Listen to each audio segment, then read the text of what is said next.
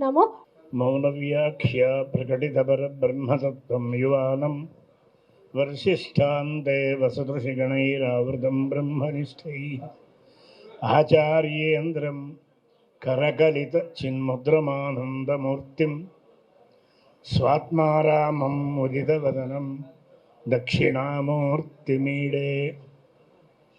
శ్రీ శృంగేరి శ్రీ విరూపాక్ష శ్రీ పీఠాధీశ్వరి శ్రీ ప్రతాప భారతికి ప్రణామాలు సమర్పిస్తూ, సామాన్యంగా ఇటువంటి సభలకి మేము రాము, మమ్మల్ని పిలవరు కూడా. కానీ రామకృష్ణ అనేటువంటి వాడు ఒక ఉపాధ్యాయుడు కాబట్టి రాయల చరిత్రను ఆయన చదివి ఉంటాడు. కనీసం ఇప్పుడైతే ఏవేవో వస్తున్నాయి కానివ్వండి, దాదాపు 50 ఏళ్ల క్రితం అంతా కూడా చరిత్రల గురించి కంపల్సరీ పాఠాలు ఉండేవి. కృష్ణదేవరాయలని గురించి, అట్లాగే ఆ తిమ్మరసుని గురించి ఇవన్నీ ఉండే పాఠాలు. కాబట్టి అవేవో చదివాడు ఆయన. కాబట్టి మమ్మల్ని పిలవడం సంభవించింది. మొదట్లో దీనికి రాకూడదని అనుకున్నా, కానీ వస్తే కానీ తెలియదు ఎట్లా ఉంటుంది అనేది. ఇక్కడ విశిష్టత ఆయన ఏం గమనించాడు అంటే, రాయలను తీర్చిదిద్దినటువంటి వాడు తిమ్మరసు. అసలు రెండవది ఇంకోటి ఆయన ఏం గమనించి ఉండవచ్చు అనుకుంటున్నాను. మా పీఠం విద్యారణ్య పరంపరలోది. మా పీఠం శ్రీ శృంగేరి, సరే హంపీలో ఉన్నటువంటి విరూపాక్ష, ఇప్పుడు మా పీఠం శ్రీపీఠం, ఈ మూడు కూడా విద్యారణ్యుల వారివే. శృంగేరికి ఒక శిష్యుడిని పంపించారు, హంపీలో రాజగురువులుగా ఒక శిష్యుడిని అట్టిపెట్టారు. తాను తన శిష్యుడితో దేవతార్చన తీసుకుని సంచారం చేశారు. ఆంధ్రప్రదేశ్, కర్ణాటక, తమిళనాడు ప్రదేశాలు. సరే అవన్నీ తీసుకుంటే ఎక్కువ అవుతుంది అనుకోండి. రెండోది, ఇందాక నుంచి చాలామంది ఇప్పుడు మీరు అన్నారు, వీళ్ళందరూ అన్నారు కాబట్టి ఆ మాట ఉచ్చరిస్తున్నా. నాకు అటు ఉచ్చరించడం ఇష్టం లేదు. కాపు కుల సంఘము ఇట్లాంటివి పెట్టారు, కానీ ఈయన ఇంతమంది చెప్పలేదు. కానీ ఈయన మాత్రం ఒక మాట చెప్పారు.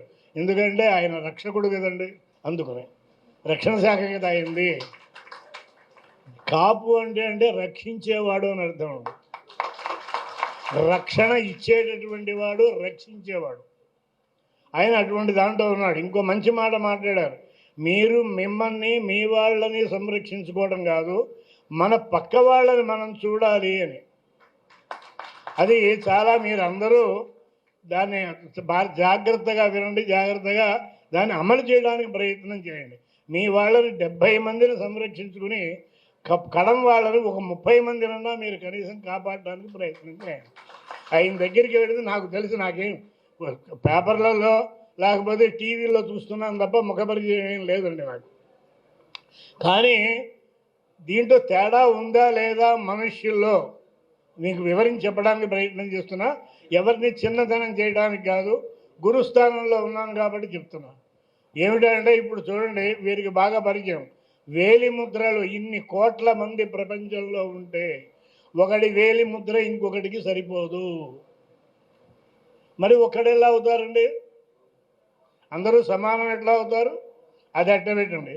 ఒక తండ్రి, ఒక తల్లిదండ్రులకి 4, 5 సంతానం ఉంటే ఆ తల్లిదండ్రులకు పుట్టిన ఆ 4 విధములైనటువంటి రుచులతో, 4 అనేక విధమైన అభిప్రాయ భేదాలతో, రుచుల్లో ఒడ్డు పొడుగు వీటన్నింటిలోనూ తేడా ఉంది.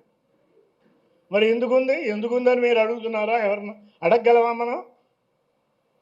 తర్వాత కనీనికా శాస్త్రం అనే ఉంది. కనీనిక అంటే కంటి లోపల ఉండేటటువంటి రేఖలు, మనం ఏమంటారు, ఐరిస్ ఐరిస్, వాటిల్లో కూడా తేడా ఉంది. వారు చెప్తారు కావాలంటే మీకు. మరి ఎందుకు తేడా ఉందండి? తేడాలు ఉంటాయి, కానీ ఆ తేడాలను విస్మరించి ఎవరికి ఏ స్థాయికి ఏమేమి కావాలి అని చూడడమే ప్రభుత్వం. అది వారు వీళ్ళే అసలు ప్రభుత్వం. నిజంగా వాళ్ళు కాదు. 4 ఏళ్ళు 5 ఏళ్ళు ఉండి లేచిపోతూ ఉంటారు. కానీ వీళ్ళు మాత్రం వెళ్ళరు కదా. ఓ 30 ఏళ్ళు 25 ఏళ్ళు ఉంటారు. కాబట్టి వీళ్ళదే సామ్రాజ్యం. కానీ వీళ్ళని బయటికి రానియరు. ఇందాక వాళ్ళ సరే అది అడ్డుపెట్టాడు. కాబట్టి రెండోది ఏమిటి అంటే, రాయలు అనేటువంటి దానికి బ్రాహ్మణులకు కూడా రాయలు ఉండేదండి. కృష్ణదేవరాయ, రామరాయ, రామరాయ కవి అని ఒక ఆయన ఉన్నాడు. రాయలు అంటే శ్రేష్ఠుడు అని అర్థం.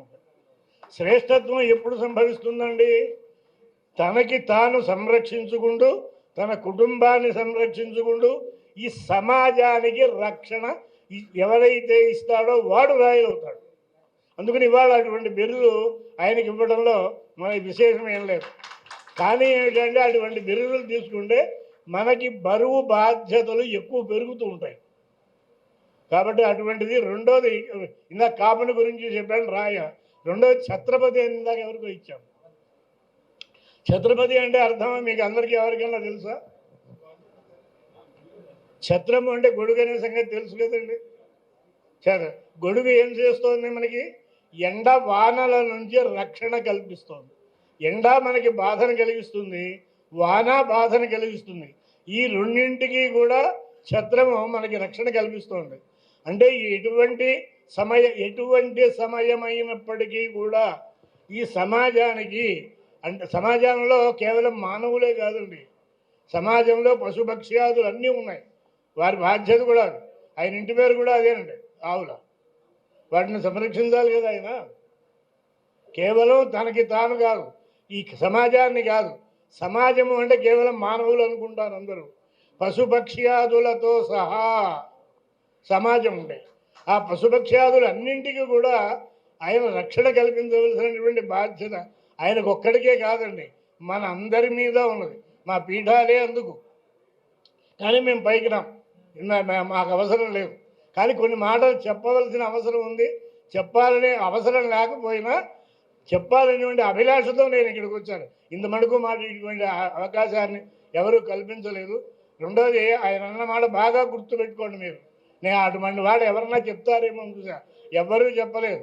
ఆయన మాత్రమే చెప్పారు, మీరు మిమ్మల్ని కాపాడుకోండి, మీ సమాజాన్ని కాపాడుకోండి, కానీ ఇతరులను విస్మరించవద్దు, ఇతరులని చిన్నతనం చేయవద్దు. మా వాళ్ళలో ఎవడో ఒకడు ఉండొచ్చు చెడ్డవాడు, లేకపోతే దుర్మార్గుడు ఉండవచ్చు. ఆయన ఏదో చేశాడని ఒక కథ ఉంటుందండి. మిత్రలాభ మిత్రభేదాల్లో ఒక కథ ఉంది. ఆ చివరి గొర్రె పిల్ల నీళ్లు తాగుతుండే పూలు వచ్చి కొడతానుంది. ఎందుకు నన్ను కొడుతున్నా? మీ అమ్మ పక్కన పైన నీళ్లు తాగుతుంది, అందుకు నేను కొడతాను. వాళ్ళమ్మ పైన నీళ్లు తాగితే కింద వీడిని కొట్టడం ఏంటి? నాకు 7 తరాల ముందు ఎవడో తప్పు చేశాడని వాళ్ళు నన్ను తిడితే నేనేం చేయాలి? అది బాధ్యత. అందరి కులాల్లోనూ ఉన్నారుగా రాక్షసులు అనేవాళ్ళు, అవాళ్ళు ఉన్నాయి. వాళ్ళ పేరు రాక్షసులు అండి. ఇవాళ రాక్షసులు చాలామంది ఉన్నారు. అటువంటి వాడు ఆయనకు బాగా అనుభవమే, నేను చెప్పక్కర్లేదు. రాక్షసులు లాంటి వాళ్ళు కొన్ని వందల మంది ఉన్నారు ఇవాళ. కానీ వాళ్ళు రాక్షసులుగా అనిపించుకోరు. ఎందుకంటే కత్తెరగుడ్డలు, చక్కగా ఇంత విభూది, కొంతమంది అయితే ఇంత బొట్టు పెట్టుకుని తయారవుతారు. కాబట్టి మాటికి చెప్పేదంటే ఆయన చెప్పిన చాలా మంచిది. మీరు మిమ్మల్ని రక్షించుకోండి, మీ మీ బంధుమిత్రులను రక్షించుకోండి. కానీ ఇతరులు చాలామంది ఉన్నారండి మా దగ్గరకు వచ్చేవాళ్ళు. మేము చెప్పుకోవాల్సిన అవసరం లేదు, మేము కొంతమందికి చేస్తున్నాం. కానీ పూజలు చేసుకుంటామండి. మన ఇంట్లో పూజలు చేసుకుంటాం, బయటకు వెళ్ళి చేసుకుంటాం. ఎవరన్నా మన ఇంట్లోకి వచ్చి కూర్చుంటే వాళ్ళు ధ్యానం చేసుకుంటే ఏమేం కాదనం. కానీ ఇక్కడ మీకు అందరికీ చెప్పేది ఏమిటంటే, ఎవడైనా ఒక వ్యక్తి మరణిస్తే వాడికి చెయ్యవలసినటువంటి కార్యక్రమాలని చాలా దూరం చేస్తున్నారు అందరూ. ఇవాళ మీకు అందరికీ చెప్పేది అదే. తీసుకెళ్ళి హాస్పిటల్లో చేర్పిస్తారు, మందులు ఇప్పిస్తారు, లక్షలు ఖర్చు పెడతారు. కానీ వాడు పోయినాడని తెలిస్తే మాత్రం మళ్ళీ దగ్గరికి రాడు. కానీ వాడికి కర్మకాండ చేయించడం కానీ, వాడికి కావలసినటువంటి అంతిమ యాత్ర కానీ దగ్గరుండి ఎవడైతే చేయిస్తాడో అనాథ ప్రేత సంస్కారం కోటి యజ్ఞ ఫలం లభేత్. ఇది శాస్త్రం చెప్పినటువంటి మాట అండి. ఇతరులు తప్పేం లేదండి. మహమ్మదీయుల్లో చూడండి, దారి పెడుతుంటే చెప్పులు అవతల పారేసి ఆ వ్యాలిటీకి వెళ్ళి మోస్తాడు వాడు ఒకడు. కనీసం 4 అడుగులన్నా వేస్తాడు. అదే మన వాళ్ళు పరిగెత్తుతాడు పక్కకి వెళ్ళి. కాబట్టి అది మానుకుని అందరూ అటువంటి వాళ్ళకి అవసరం వస్తే సహాయం చేయడానికి ప్రయత్నం చెయ్యండి. ఇంకో ముఖ్య విషయం ఒకటి చెప్పదలుచుకున్నానండి. సంధ్యావందనం అనేది బ్రాహ్మడు చేయవలసి. మీరు జాగ్రత్త మాట్లాడకుండా ఉండండి. మీరు మాట్లాడితే నేను ఆపేస్తాను ప్లీజ్.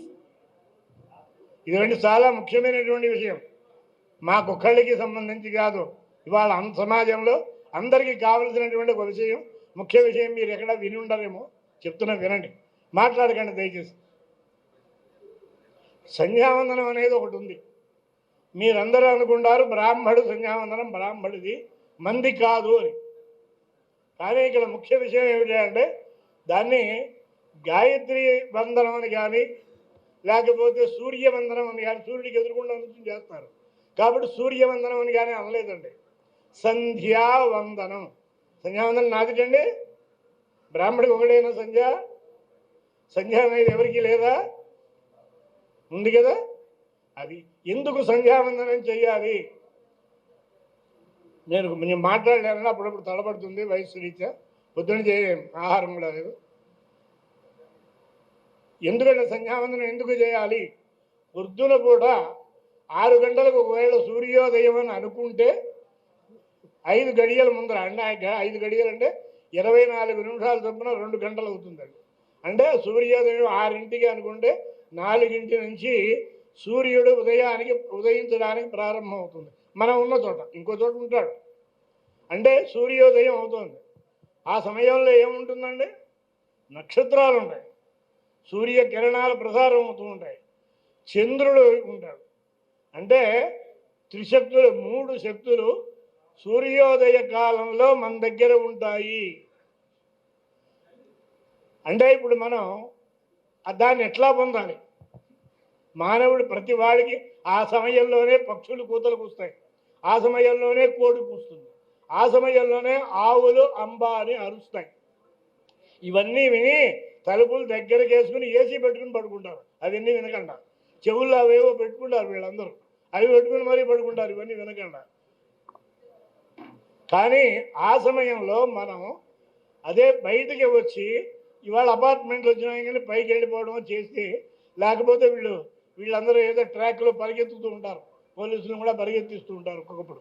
అట్లాంటి చోటకన్నా వెళితే సూర్యోదయ కిరణాలతో పాటు చంద్రుడి యొక్క శక్తి, సూర్యశక్తి, నక్షత్రముల శక్తి, ఈ 3 వల్ల వాతావరణం చాలా ఆహ్లాదంగా ఉంటుందండి. మీరు కావాలంటే ఒక మాట వాయిట్లోకి వెళ్ళి చూడండి. అప్పుడు పడుకోవటం కాదు కావాల్సింది, అవాళ్ళ లేవాలి. మా పెద్దవాళ్ళు ఏం చెప్పేవారంటే, నీ లేవడానికి ఓపిక లేకపోతే 4ంటికి లేచి అన్నీ చూసుకుని మళ్ళీ 6 తర్వాత పడుకో, అంతేగాని ఆ సమయంలో పడుకోవద్దు, అనారోగ్యం పాలవుతారు. అనారోగ్యం పాలవడం కాదు, ఉన్న శక్తిని పోగొట్టుకున్నాం, మనం పైసా ఖర్చు పెట్టక్కర్లేదు. ఈ రోజున చాలా హాస్పిటల్స్లో ఆ పిల్లల్ని పొద్దున్నే పైకి తీసుకెళ్ళి సూర్యుడు ఎండ చూపిస్తున్నారండి ఇవాళ. దాంట్లో ఏదో విటమిన్స్ ఉంటాయని అంటారు. కాబట్టి ఏం చేయాలండి? మీరు ఊరికే అక్కడికి వెళ్ళడం కాదండి. కావాలంటే ఇప్పుడు శ్లోకం చెప్పబోతున్నాను, మీరు రికార్డ్ చేసుకుంటారో రాసుకోండి. యో దేవ సవితాస్మాకం దియో ధర్మాది గోచరా ప్రేరయే తస్య యద్భర్గః తద్వరేణ్యం ఉపాస్మహే. ఏం చెప్పాను? మొదటి మాట మర్చిపోయాను మళ్ళీ. యో దేవ సవితాస్మాకం దియో ధర్మా దిగోచరా ప్రేరయేత్ తస్య యద్భర్గః తద్వరేణ్యం ఉపాస్మహే. సూర్యమండలాంతర్గతమైనటువంటి చైతన్యానికి సవిత అని పేరండి. సవిత అని. విత అంటే విత్తు. విత్ అంటే ఏమిటండి? గింజ అని అర్థం. ఇప్పుడు మర్రి చెట్టు యొక్క గింజ ఎంత ఉందండి? కుంకుడికాయ గింజ ఉంటుంది. దాంట్లో ఏముంది? మర్రి వృక్షం ఉంది, దాంట్లో దాగి ఉన్నది. అది మనం మొలకెత్తప చేస్తే వడ్డీడు ఇంత అయినట్టుగా పెద్దదవుతుంది. ప్రతిరోజు మనం ఈ విధంగా ఈ శ్లోకంతో కనుక, అంటే మాట్లాడకుండా ఉంటే 10% అయినట్టు మనకి ఆ శక్తిని గ్రహించగలిగేది. అట్లా కాకుండా ఒక మా శ్లోకాన్ని కానీ మంత్రాన్ని కానీ చెప్తే మనలో ఉండేటువంటి నాడులు కదలికి సంభవిస్తుంది, ఒక ఆస్ట్రో విజన్ డెవలప్ అవుతుంది. దాన్ని ఆస్ట్రో విజన్ అంటారు ఇంగ్లీష్లో అనుకుంటారు. ఆస్ట్రో విజన్ డెవలప్ అవుతుంది. ఆస్ట్రో విజన్ డెవలప్ అయిన మనలో అన్నింటినీ తట్టుకోగలిగినటువంటి శక్తి. ఎప్పుడు ఏది చేయాలి తాత్కాలికంగా ఉంటుంటుంది, బలవంతంగా చేయవలసినవి ఉంటాయి. అన్నీ వీళ్ళకి తెలుసు, పెద్దవాళ్ళు కాబట్టి. అంటే దీంట్లో వాళ్ళకి అనుభవం. తక్షణంలో అప్పటికప్పుడు నిర్ణయం తీసుకుని ఏదో ఒకటి చేయాలి. ఎవడో వచ్చి కొడుతున్నాడు, అయ్యా నువ్వు ఆగండి, ఆగుతాడు వాడిని ఆపడానికి ఏదో ఒకటి చేయాలి. అటువంటి తక్షణమైనటువంటి నిర్ణయాలు తీసుకోగలిగినటువంటి బుద్ధి మాంద్యత తొలగించి చురుకుదనాన్ని కలిగించేటువంటి శక్తి ఉదయకాలంలో సూర్యుడికి ఉంటుంది. సూర్యమండలాంతర్గతమైనటువంటి సవిత అనేటువంటి చైతన్యం వల్ల ఆ శక్తి ఏర్పడుతుంది. కాబట్టి సూర్యుడిని పొద్దున పూట, అట్లాగే సాయంత్రం పూట కూడా ఉంది. సాయంత్రం పూట, పొద్దున పూట సూర్యుడు ఉదయించేటప్పుడు ఎటువంటి రంగులో ఉంటాడో, అంటే కాషాయ వస్త్రంగా కనకాంబరం రంగులో ఉంటుంది, కొంచెం ఎర్రగా ఉంటుంది. సాయంత్రం పూట కూడా అదే రంగులో ఉంటాడు. మళ్ళీ సాయంత్రం పూట కూడా ఇదే శ్లోకం మనం ఉచ్చరించి దాన్ని వీళ్ళు అనుకుంటారు మేము ఆఫీసుల్లో ఉంటాం, లేదా ఏదో మీటింగ్లో ఉంటాం అనుకుని. మీకు కార్యక్రమం కొన్ని వేళలు ఉంటుందని తెలుసు, లేకుండా ఆ వేళకి కూడా కొన్ని ఉండొచ్చు. కానీ ఒక 5 నిమిషాల సేపు మీరు సూర్యుడిని తలుచుకుంటూ మీ స్థానంలోనే మీరు కూర్చుని ఈ యొక్క శ్లోకాన్ని మీరు విమానంలో ఉన్నా చేయొచ్చు, కారులో ఉన్నా చేయొచ్చు, లేకపోతే పక్కకి వెళ్ళి ఆ కారు ఆపేసి 2 నిమిషాలు చేయొచ్చు. ఇవాళ నేను విమానంలో ఒక మాట అయోధ్య పెడుతుంటే అక్కడ ఒక ముస్లిం కింద ఒక గుడ్డ తాత ఒక జేబులు మారపరిచాడు, గోడుమాలు తాడికి చుట్టూ అక్కడే నమోదు చేశాడు. రైల్లో చేశాడు. మనం మాత్రం టీలు తాగుతానో కిళ్ళీలు నవ్వుకుంటానో ఏదో 2 ప్యాకెట్లు ఉంటాయి కదా, అవి నవ్వుకుంటానో కూర్చుంటాం మనం హిందువులు. అంటే మిమ్మల్ని ఎవరిని ఉద్దేశించి కాలండి, సామాన్యంగా జరుగుతున్నా దాన్ని మానుకోండి. దాన్ని మానుకొని పొద్దున సాయంత్రం ఒక్క 12 నిమిషాలు, 24 నిమిషాల నుంచి 48 నిమిషాలు, 24 నిమిషాలు, కనీసం 12 నిమిషాలు, ఎక్కువ అక్కర్లేదండి. ఆ సూర్యుడిని ధ్యానించుకుంటూ దాన్ని పొందితే మీరు మిమ్మల్ని రక్షించుకుంటూ ఈ సమాజానికి కూడా మీరు ఉపయోగపడడానికి అవకాశం ఉంటుంది. హరి ఓం తత్సత్.